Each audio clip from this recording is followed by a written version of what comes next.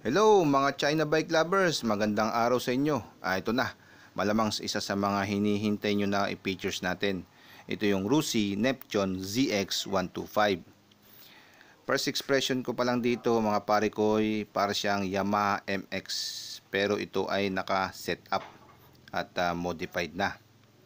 May dalawang klaseng variant to. Isa is naka-semi-automatic at yung isa naman is naka-manual. So mamili na lang kayo ng gusto nyo. Presyo nito mga pare ko is around 40 to 45. Depende lang sa pag-uusap nyo ng Rusi. So tara guys, alamin natin yung kanyang basics specification at yung mga iba niya pang mga features. So unang-una sa kanyang specification ay ang kanyang engine type.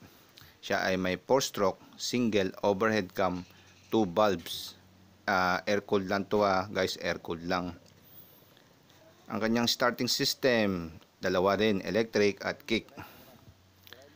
Fuel tank capacity is 3.8 liters lang. Kasi ano lang siya, para lang siya mga wave style. Displacement 125, malakas, medyo malakas na kante. Yung kanyang fuel system, carburetor lang to hindi siya FI. Transmission type is 4-speed. Gear shifting pattern niya is 4 down. So neutral 1, 2, 3, 4. Then up na lang ulit. Punta naman tayo sa gulong niya. Harap at likod nito guys naka power mags maporma, mayabang. Yung kanyang preno rin is naka big disc sa harap at naka disc brake din sa likod. So talagang kaya lang wala siyang ABS, kaya ingat-ingat na lang sa pagpepreno. Yung kanyang tambutso kulay itim pero hindi to Euro 3.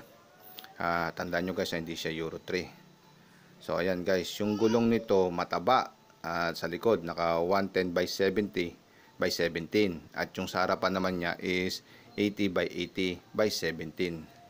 So yung compartment nito guys, napakaliit lang dyan. Kung mabubuksan natin yung loob, wala siyang halos compartment. So not recommended na magdala kayo ng kung ano-ano dyan sa loob. Talagang kulang na kulang siya. Nakita nyo guys naman yung front suspension niya, talagang napakataba. At naka-inverted fork yan At sabi nila matibay daw yung inverted fork So ayan, siguradong maganda siya. So ayan guys, yun lang yung ating basics specification nitong motor na to. At alamin naman natin sa kanya yung mga iba niya pang specs specification na talagang mapapawaw ka. Unang-una, naka-modified na siya. Tingnan nyo naman yung kanyang naka-shifter na rin siya. Kaya hindi ka na magbabago ng shifting niya, pedal.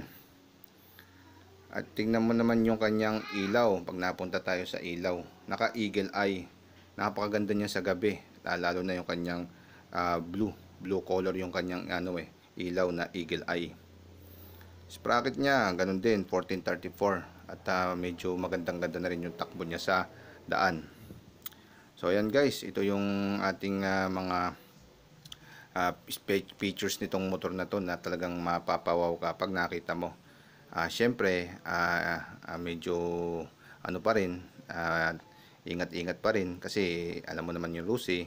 So ika nga nila, nasa maintenance mo na lang yung ikatatagal ng motor natin. Tingnan mo naman yung shock niya sa likod, naka mono shock, single mono shock at saka maporma. So ayan guys, yun lang yung ating masasabi sa motor na to at nasabi ko na lahat. So kung may mga ano pa kayo, ay hanggang dito na lang ating video. So salamat at